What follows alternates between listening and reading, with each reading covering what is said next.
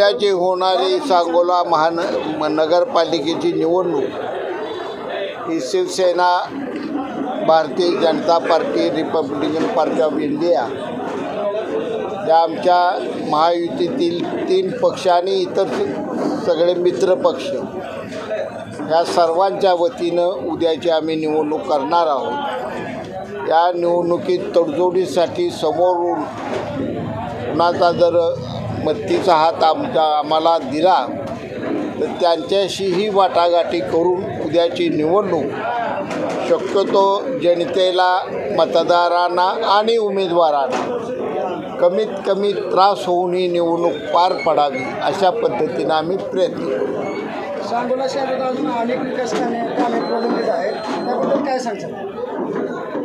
गेल्या 2.5 वर्षात आपण सांगोला तालुक्यातल्या अनेक विकास कामांना यशस्वीरित्या सामोरं गेलो आहोत। कालखंड कमी होता, निधी जरी वरून मंजूर झाला तरी त्याच्या प्रशासकीय मान्यता, तांत्रिक मान्यता या प्रक्रियेला बराच एक काम वेळ खाते।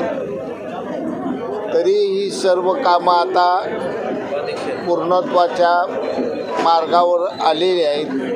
काही कामं चालू आहेत, काहीच्या तांत्रिक मान्यतेला प्रस्ताव गेलेले आहेत, परंतु राहिलेला खास करून सांगोला शहरातील भुयारी गटार योजनेमुळं बाधित झालेली जे रस्ते आहेत त्या रस्त्याचा प्रश्न आम्ही तातडीनं पहिला मार्गी लावू आणि वाड्या वस्त्यावर ज्या ठिकाणी अजून पिण्याच्या पाण्याची सुविधा व्यवस्थित पोच झाली नाही, काही झोपडपट्टीतले अजूनही पाण्याचे प्रश्न शिल्लक आहेत,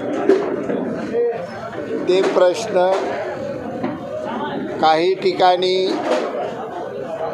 भूखंड मोकळे राहिल्यामुळं होणारी त्या ठिकाणची लहान लहान छोटी झुडपांची जंगलं, रस्त्यावर येणारं गटारीचं पाणी, काही ठिकाणी शौचालयाच्या कराव्या लागणाऱ्या भविष्यातल्या सोयीसुविधा याकडं प्रकर्षानं लक्ष देऊन एका बाजूनं हे इन्फ्रास्ट्रक्चरचं काम सुरू ठेवून दुसऱ्या बाजूला या शहराचा व्यापार उदीम कसा वाढेल, व्यापारी पेठेला सशक्तीकरण कशा पद्धतीनं करता येईल,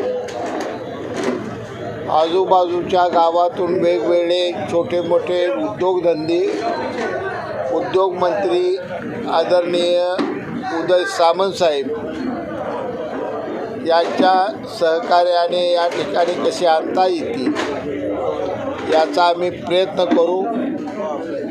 या राज्याचे मुख्यमंत्री आदरणीय देवेंद्रजी फडणवीस साहेब, उपमुख्यमंत्री, शिवसेना प्रमुख आणि नगर विकास विभागाचे मंत्री एकनाथरावजी शिंदे साहेबांकडून जास्तीत जास्त शहराला विकासाकडे घेऊन जाण्यासाठी आम्ही त्यांच्या आशीर्वादानं, सहकार्यानं प्रयत्न करू। हाच आमचा उद्याच्या निवडणुकीचा भारतीय जनता पार्टी, शिवसेना, RPIचा अजेंडा आहे।